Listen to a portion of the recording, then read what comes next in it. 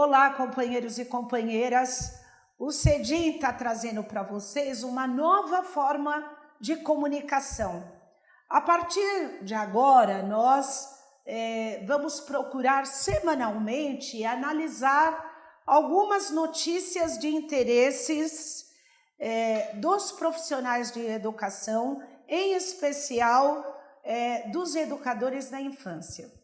Então, não daria para não começarmos por um vídeo que está sendo vinculado e com certeza é um vídeo de responsabilidade dos gestores do governo do Estado, que atacam frontalmente os profissionais da educação, em especial os professores e os seus respectivos sindicatos. Então, não dá para a gente não rebater as questões que estão postas nesse vídeo, de uma forma muito apelativa, que tem como objetivo encontrar sintonia na população para o apoio à reforma administrativa e responsabilizar todos os sindicatos por todas as mazelas, por todos os fracassos da educação. Então vamos lá conhecer uma introduçãozinha do que fala os apoiadores do governo estadual, e não vamos nos esquecer que esses mesmos apoiadores têm sintonia com os gestores municipais do estado todo, inclusive da capital. Então, olha o absurdo, veja o que fala. Eu acho que a pessoa que está falando, ela está interlocutando a fala do governador, do secretário da Educação, da equipe gestora do governo do estado, que também em sintonia com os governos das cidades querem passar uma mensagem enganosa à sociedade. E cabe a nós desconstruirmos essa mensagem. Dá uma olhada nesse gráfico. Em uma época sem pandemia, o aprendizado de um aluno sobe durante o ano, cai um pouco durante as férias e volta a subir no ano seguinte. Mas olha o que aconteceu com os alunos das escolas públicas do ensino médio em 2020. Foi uma perda de aprendizagem enorme. Um estudo do economista Ricardo Paes de Barros estimou a perda em 10 pontos na escala SAEB em 2020. Isso é metade de tudo que os alunos aprendem ao longo dos 3 anos do ensino médio. Cada ponto a menos resulta em um salário menor quando esse estudante se formar. Por isso, dá para se estimar quanto dinheiro os estudantes perderam com as escolas fechadas. Segundo esse estudo, a perda será de 5% de tudo que esse estudante irá ganhar ao longo da sua vida inteira, ou 720 bilhões de reais para todos os alunos. Isso aconteceu não só porque não tinha aula presencial, mas porque apenas 1/3 dos alunos de escolas públicas tiveram acesso à aula pela internet ou participaram dessas aulas. As faltas foram mais frequentes entre homens negros das regiões mais pobres do Brasil e menores entre mulheres urbanas de famílias mais ricas. O resultado disso é ainda mais desigualdade. Então, veja, primeiro eles apresentam os dados do SAEB do desenvolvimento e da evolução ou não da quantificação do aprendizado dos educadores e jogam a responsabilidade em cima dos professores. Ora, gente, de quem é a responsabilidade? Todos nós sabemos a qualidade que o governo oferta para os educadores do estado todo no que se refere a ter condições minimamente aceitáveis para a oferta de uma educação de qualidade. Então, péssimos salários, péssimas condições de trabalho, escolas sucateadas, que falta merenda, a qualidade do livro didático, o investimento na capacitação que teria que ser contínua, a formação continuada dos professores. E aí, depois de 40 anos governando o estado de São Paulo, vem com essa, dizendo que os dados apontados aí pelos institutos que avaliam a educação, eles são catastróficos, é verdade, mas que é de responsabilidade dos professores e de responsabilidade dos sindicatos da educação. Vamos trocar, governador? Passa a gestão do Estado para nós, da educação, para ver se melhora ou não melhora. Então, por favor, né? É tratar a sociedade como se ela não tivesse o mínimo de capacidade de análise, não é? Então, é subestimar muito a capacidade de análise da população, que já está cansada e já identificou que não são os professores os responsáveis pelo fracasso da educação brasileira, e sim os gestores que, por trás de uma intencionalidade de se privatizar a educação, transferindo a responsabilidade, como eles têm feito ultimamente no setor da saúde, quer jogar responsabilidade para quem não tem, para facilitar as suas intenções, que está escura, está clara, que é a de privatizar o setor da educação.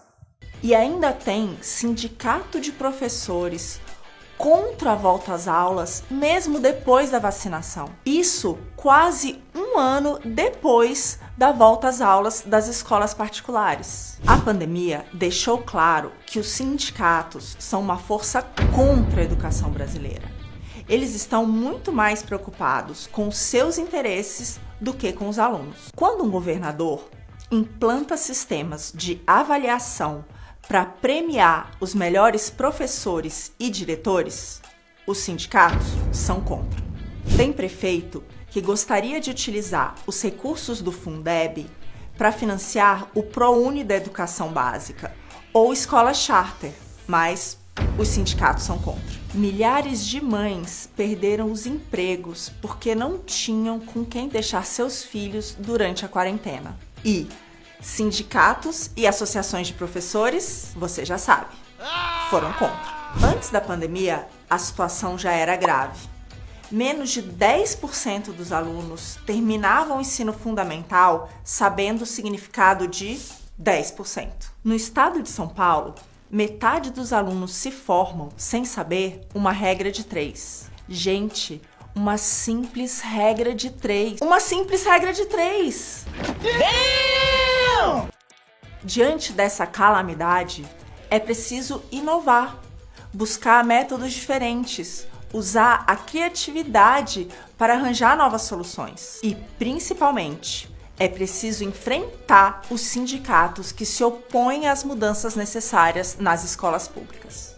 Então, agora nessa segunda parte do videozinho, que eu quero que vocês prestem muita atenção no que a atriz contratada fala, é sobre a questão dos professores e dos sindicatos só se preocuparem com os interesses próprios. Então, inclusive, eles questionam uma liminar que o Sindicato do Estado ganhou, e lembrando que o CEDIM entrou com a mesma liminar para que, se fosse garantido o retorno às salas de aulas presenciais, somente concluso o processo de vacinação, ou seja, 14 dias após a segunda dose. E por que isso? Porque a gente sabe que essa escola que eles apresentam, bonitinha, que tem todas as condições sanitárias para evitar o contágio do coronavírus não é real. Isso é realidade para os grandes e caríssimos colégios e escolas particulares, não é uma realidade da escola pública. E aí, infelizmente, a liminar caiu como tudo, né? Então, a gente até ganha na vara da Fazenda Pública, em primeira instância, e os governantes recorrem e derrubam todas as liminares no estado de São Paulo que visam garantir a segurança sanitária da comunidade escolar como um todo. A gente ganha em primeira instância e eles derrubam em segunda instância, né? Não é à toa, é algo que a gente precisa refletir sobre isso. Quem nomeia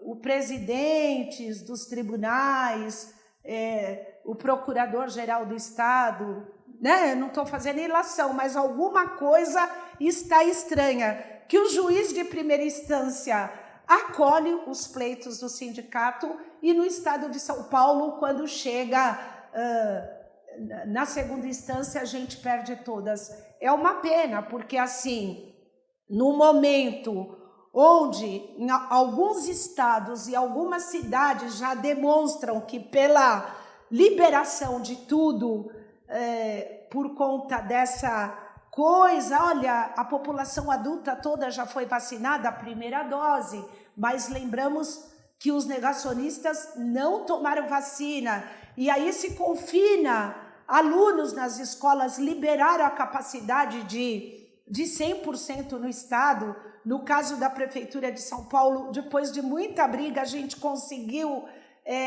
definir um percentual menor para os Centros de Educação Infantil, e nas EMEIs 100%, mas com rodízio de 50%, mas a gente sabe que essa população que não foi vacinada, ela é o grupo mais vulnerável para se contaminar. Então, no momento onde se avança, se prolifera a cepa da Delta, a gente não encontra uma sintonia das nossas preocupações com setores do judiciário. É de se lamentar. E não é pensando no umbigo, a gente está pensando exclusivamente na segurança sanitária dos nossos bebês, crianças e jovens, que estarão, sim, vulneráveis. Esperemos que não, né? Mas tudo indica que nós teremos novamente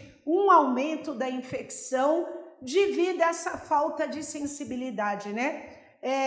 Nadamos tanto e correremos o risco de morrermos na praia. E por que isso?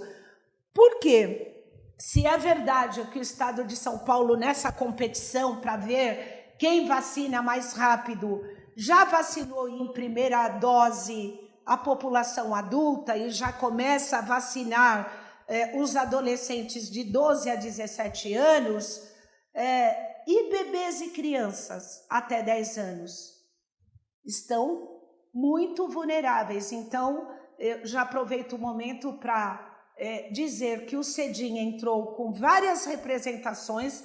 Representamos a Câmara Municipal, ambos secretários de saúde do estado, do município, o secretário de educação, mandamos para o prefeito e entramos com uma representação no Ministério Público para garantir testagem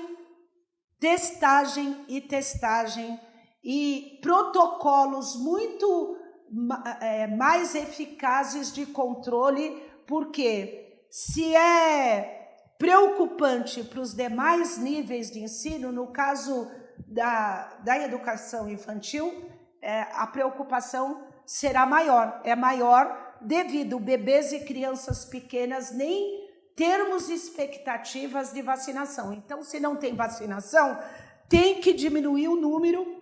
O CEDIM defende que não aumente mais que 35% na educação infantil, a questão da frequência nas escolas, e mesmo dentro desse percentual de 35%, que se tenha testagem de adultos, testagem de bebês e crianças, para que a gente tenha minimamente uma tranquilidade sanitária para evitarmos a contaminação ainda, que é muito preocupante, do coronavírus.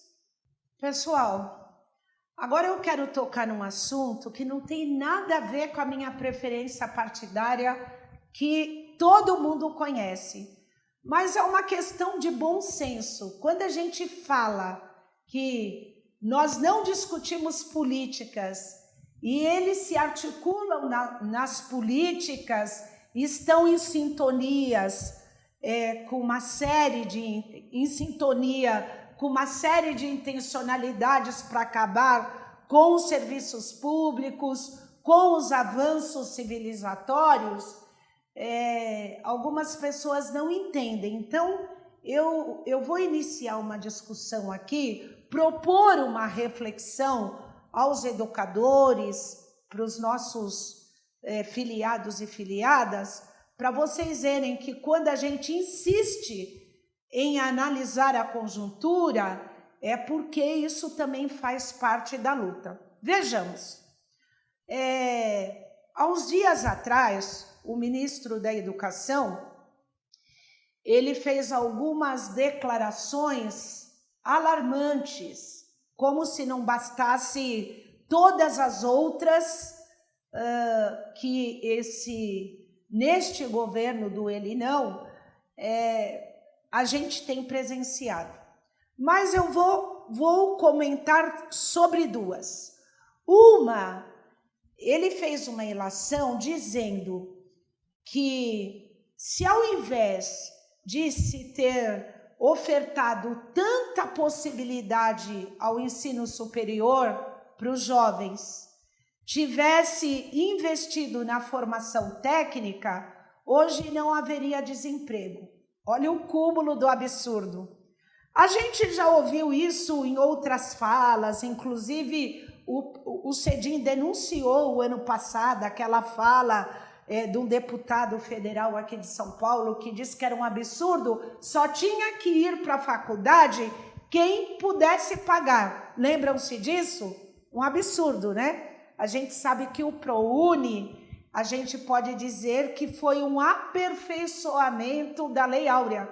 Liberdade de adquirir conhecimentos científicos, teóricos, e porque só uma parcela de jovens pode acessar ao curso universitário. A gente sabe o que significou o ProUni e a gente sabe que um dos motivos do golpe de 2016 contra a presidenta Dilma era para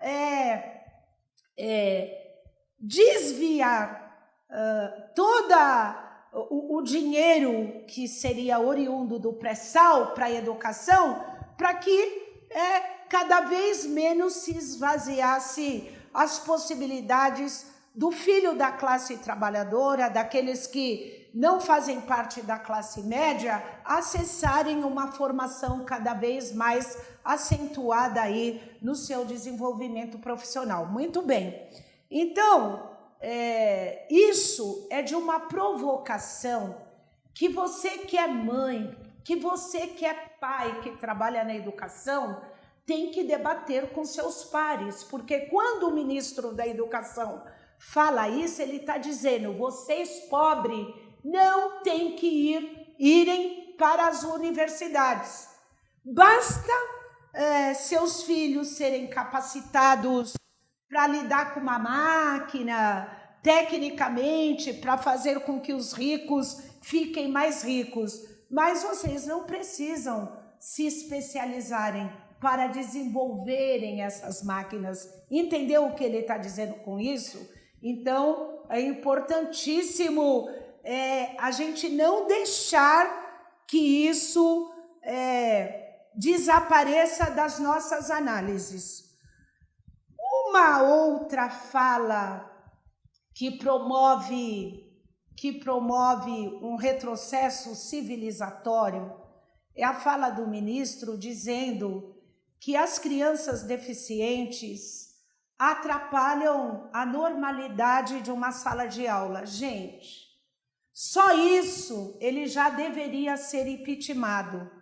Um absurdo. A gente sabe que de todas as convenções da educação que tratou desse assunto, como a Convenção de São José, tantas outras convenções internacionais que garantiu que todas as crianças têm direito à educação, inclusive as crianças com deficiência. Isso foi um avanço fantástico no processo de integração, da diversidade, de garantir a cidadania a essas crianças.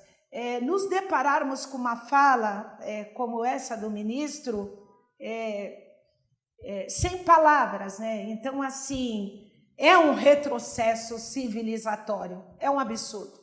A gente não pode permitir que isso aconteça. E a educação tem que estar atenta, nós temos que estar debatendo com os pais essas preocupações que se avizinham. É o ministro da Educação dizendo que a criança que tenha qualquer tipo de deficiência, ela atrapalha a fluidez do processo de ensino-aprendizado. Mas sabe o que é que atrapalha? É a falta de investimento, de ter auxiliares, de ter um material didático adequado, de ter um suporte e, de fato, incluir, não fazer de conta que essa criança, que esse aluno está incluído no processo de ensino-aprendizado da rede regular de ensino. Isto é lei, isto é lei. E aí ele merece ser impeachmentado. Ele tem que ser afastado. Não dá mais para conviver com o ministro da Educação que tenha coragem de verbalizar esse preconceito, essa tentativa de retirada de direitos, não é? Então, a educação tem que discutir. Por isso que os apoiadores lá desse presidente aí de plantão, o ele não, dizem que a escola tem que ser sem partido, que a escola não tem que discutir essas questões. Nós temos sim que discutir essas questões, porque são essas questões que balizam o processo de ensino-aprendizado, de avanço civilizatório, porque as pessoas, nós temos que auxiliar, nós temos que atravessar essa ponte para auxiliar os nossos alunos e a comunidade escolar como um todo a entender para além do que está escrito, né? E isso é importante. Então, a escola tem que ter partido. E quando eu falo partido, não é partido político, é partido militante, de analisar a conjuntura, de analisar falas como essa e numa reunião de pais e explicar o quão essa fala é absurda. E aí eu queria parabenizar, se não me engano, foi a deputada federal lá do Sul, a Maria do Rosário, uma grande militante dos direitos humanos, que entrou com pedido de impeachment do ministro da Educação. E que eu espero que avance no Congresso Nacional tal grau de perversidade, de incompreensão do processo educacional. A gente não pode admitir que o ministro da Educação promova retrocessos civilizatórios nesta área, né? Então, eu queria dizer a vocês que tem que ser matéria de debate nas escolas, com a comunidade, nas nossas casas, essas declarações, porque por trás dessas declarações tem as intenções que são efetivadas se a sociedade não se posicionar. E nós fazemos parte dessa sociedade, e se é verdade que, e eu acredito nisso, que a educação liberta, a gente tem que transformar essa frase em atitudes práticas, questionando esse tipo de declaração, como foi o caso aí do ministro da Educação. Por hoje ficamos por aqui, mas eu queria convidar a todos, a todas e todes para acompanhar o CEDIM pelas nossas redes sociais, ok? Então, Instagram, Facebook, site, que mais, produção? Tem mais alguma coisa? YouTube também é super importante, porque lá vocês vão encontrar sintonia de assuntos que vocês têm que estar bem atentos, porque tem a ver com a educação pública, tem a ver com a cidadania, tem a ver com os nossos direitos. Então, o CEDIM está sempre antenado e a gente quer que você entre nessa sintonia também, ok? Então, até a próxima!